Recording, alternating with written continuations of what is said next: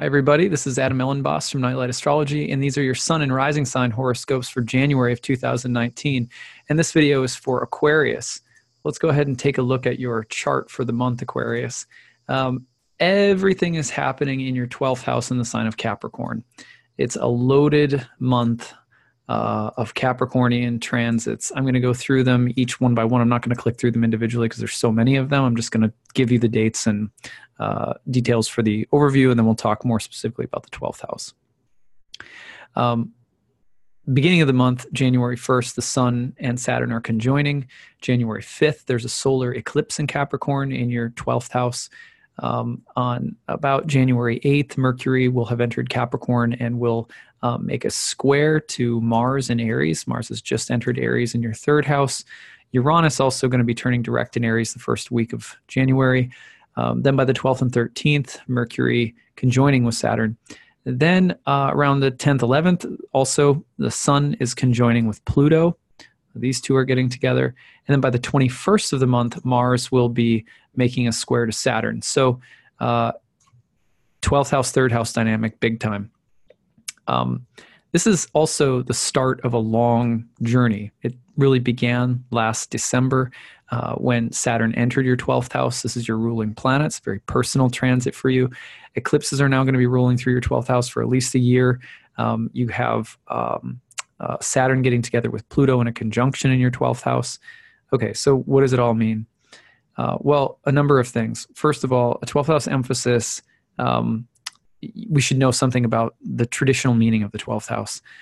12th house was called the house of bad spirit, and it was called the joy of Saturn.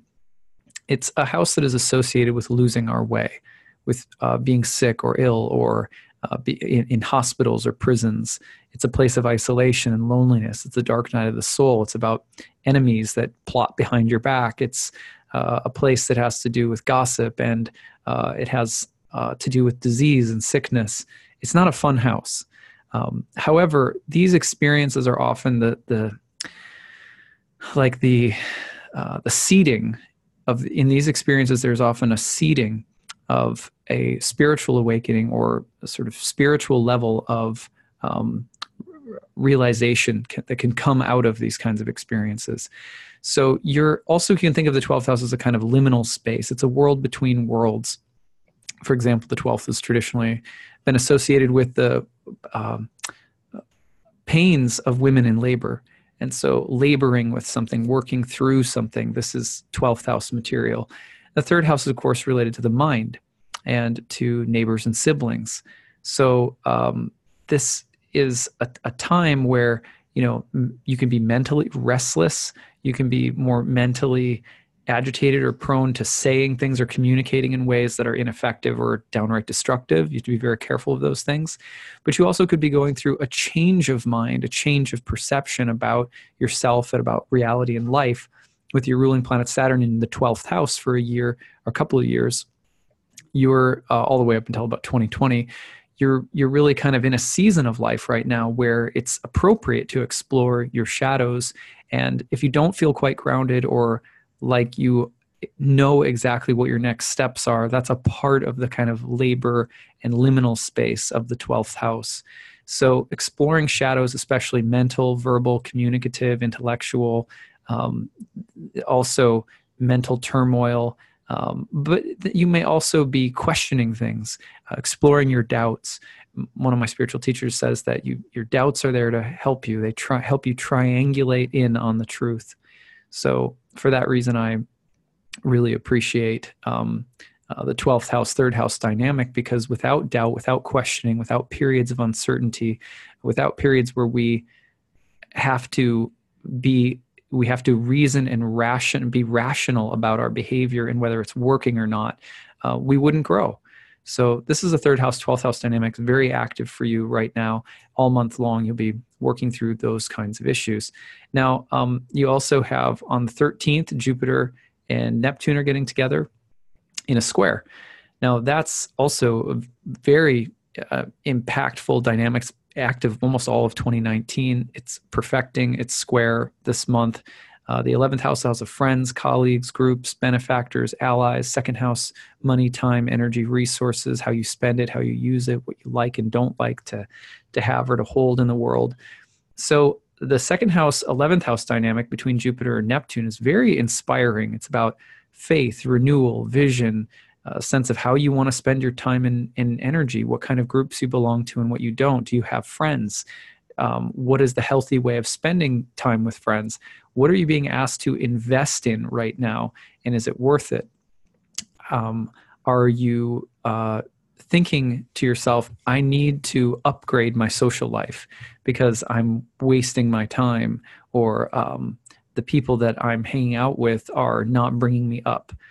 So maybe a renewed sense of the importance of spiritual friends or allies and groups of people that are basically on the same page as you, or in better alignment with your deepest values.